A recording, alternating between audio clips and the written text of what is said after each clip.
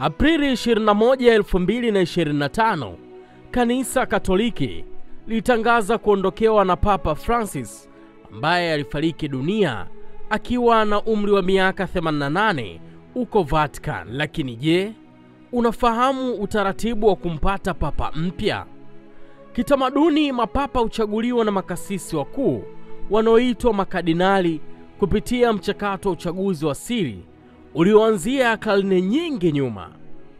Papa mpya huchaguliwa baada ya aliyekuwa madarakani kufariki au baada ya kujiuzuru, kama ambavyo Papa Benedikto 16 alifanya mwaka 2013.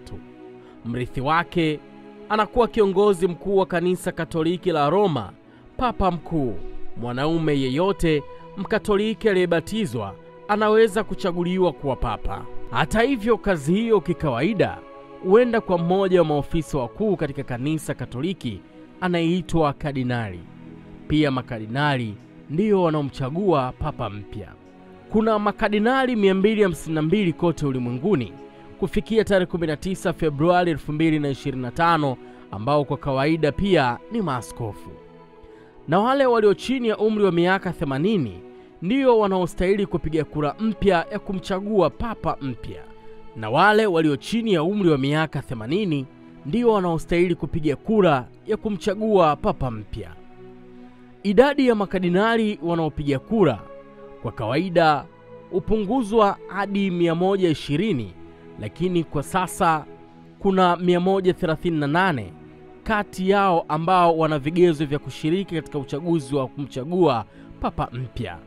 Papa Francis aliteua makardinali wapya 21 mwezi Disemba mwaka 2024.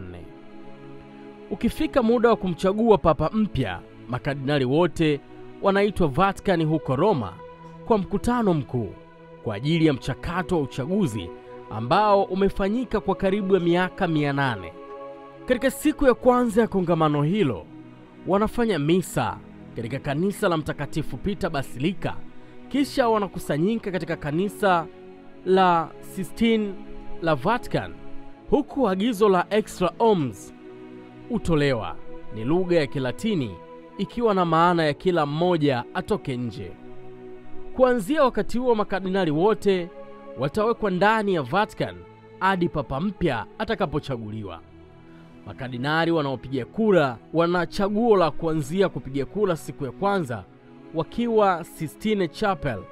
Kuanzia siku ya pili na kuendelea upiga kura mara 2, kisha asubuhi na mara ya pili kila alasiri, hadi mgombea wa upapa apatikane mmoja. Katika kura hizo, kila kardinali anayepiga kura huandika jina la mgombea anayependelea kwenye karatasi za kupiga kura. Ili kuficha kura, makardinali wanaambiwa wasitumie mtindo wao wa kawaida wa mwandiko. Iwapo hakutakuwa na kura za maamuzi kufikia mwisho wa siku ya pili, siku ya tatu hufanyika sala na tafakari bila ya kupiga kura. Upigaji wa kura utaanza kama kawaida. Baada ya hapo, mgombea anahitaji theluthi 2 ya kura ili kuchaguliwa kuwa papa. Mchakato huu unaweza kuchukua siku kadhaa au wakati mwingine hata wiki. Mkutano huo unafanyika bila makardinali kuondoka Vatican, wala hawawezi kusikiliza redio, kutazama televisheni, kusoma magazeti au kuwasiliana na mtu yeyote, hata kwa simu katika ulimwengu wa nje.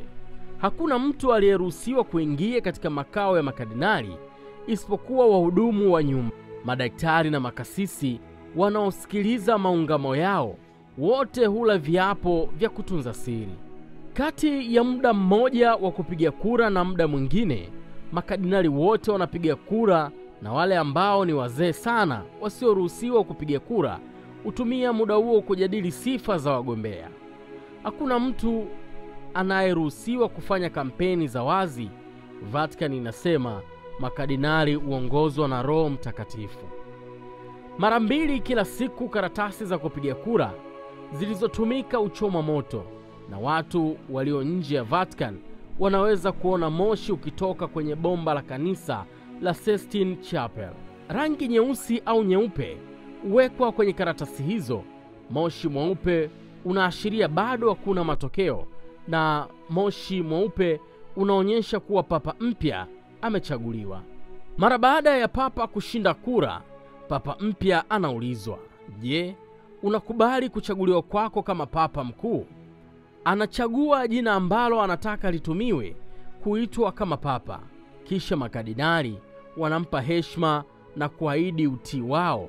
Tangazo linatolewa kwenye roshani ya jengo la St. Peter's Basilica kwamba umati uliopo chini ya tangazo hilo ukisema Habemus Papam, ikiwa na maana tumepata papa. Jina la papa mpya linafichuliwa na papa mwenyewe huonekana, na anatoa kauli fupi na kutoa baraka ya Orbit Elmo, ikiwa na maana kwa mji na ulimwengu.